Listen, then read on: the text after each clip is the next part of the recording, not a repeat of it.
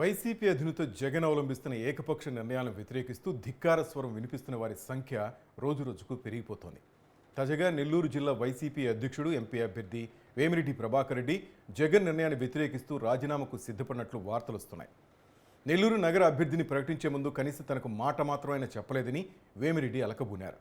నిన్న ఏకంగా పార్టీకి రాజీనామా చేసేందుకు సిద్ధపడిన ఆయన్ను శాంతింపజేసేందుకు తాడేపల్లి పెద్దలు రంగంలోకి దిగినట్టు తెలుస్తోంది.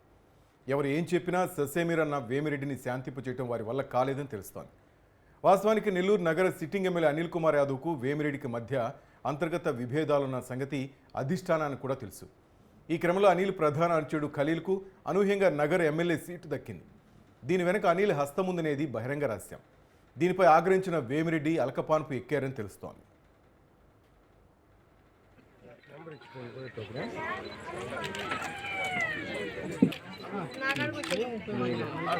నమస్కారం.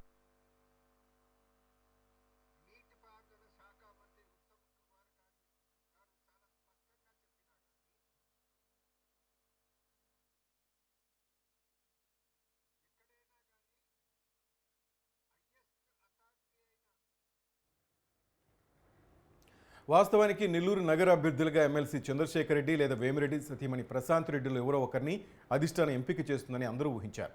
అయితే తెర వెనుక చక్రం తిప్పిన అనిల్ తన ముఖ్య అనుచరుడు ఖలీల్ అభ్యర్థిత్వాన్ని ఖరారు చేయించారు. పార్టీ అధినేత జగన్ కూడా కనీసం జిల్లా అధ్యక్షుడికి మాట మాత్రం కూడా చెప్పకుండా ఖలీల్ పేరును ఖరారు చేశారు. దీంతో కంగుదిన్న వేమిరెడ్డి జిల్లా అధ్యక్ష పదవికి రాజీనామా చేసేందుకు సిద్ధపడ్డారు.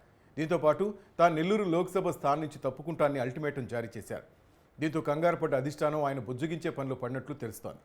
ఆర్థిక బలం అంగబలం ఉన్న వేమిరెడ్డి లోక్సభ అభ్యర్థిగా తప్పుకుంటే అంతటి బలమైన అభ్యర్థిని ఇప్పటికిప్పుడు వెతుక్కోవడం పార్టీకి తలకమించిన భారమవుతుంది.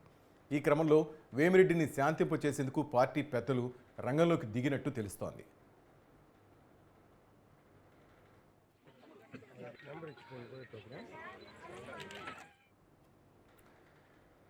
తన మాటకు విలువ లేని చోట తాను ఉండడం కరెక్ట్ కాదని వేమిరెడ్డి సన్నిహితుల దగ్గర చెప్పినట్టు తెలుస్తోంది. సార్వత్రిక ఎన్నికల్లో జిల్లాలోని 7 నియోజకవర్గాల అభ్యర్థులకు ఆర్థికంగా సహకారం అందించేందుకు సైతం అంగీకరించిన వేమిరెడ్డి నెల్లూరు నగర అభ్యర్థిని ఎంపిక చేసే సమయంలో తన అభిప్రాయాన్ని గౌరవిస్తారని ఆశించారు. కానీ ఏకపక్ష నిర్ణయాలు తీసుకునే జగన్ కనీసం వేమిరెడ్డి అభిప్రాయాన్ని పరిగణలో కూడా తీసుకోలేదు. సిట్టింగ్ ఎంపీ ఆదాల ప్రభాకర్ రెడ్డికి నెల్లూరు రూరల్ నియోజకవర్గం ఖరారు కావడంతో వేమిరెడ్డి లోక్సభ నుంచి పోటీ చేసేందుకు అయిష్టంగానే ఒప్పుకున్నారు. తాజాగా చోటు చేసుకున్న రాజకీయ పరిణామాల నేపథ్యంలో వేమిరెడ్డిని దారిలోకి తెచ్చుకునేందుకు పార్టీ దూతలు శతవిధాలా ప్రయత్నిస్తున్నట్లు సమాచారం. మరి వేమిరెడ్డి అలకపానుపు దిగుతారో లేదో వేచి చూడాలి.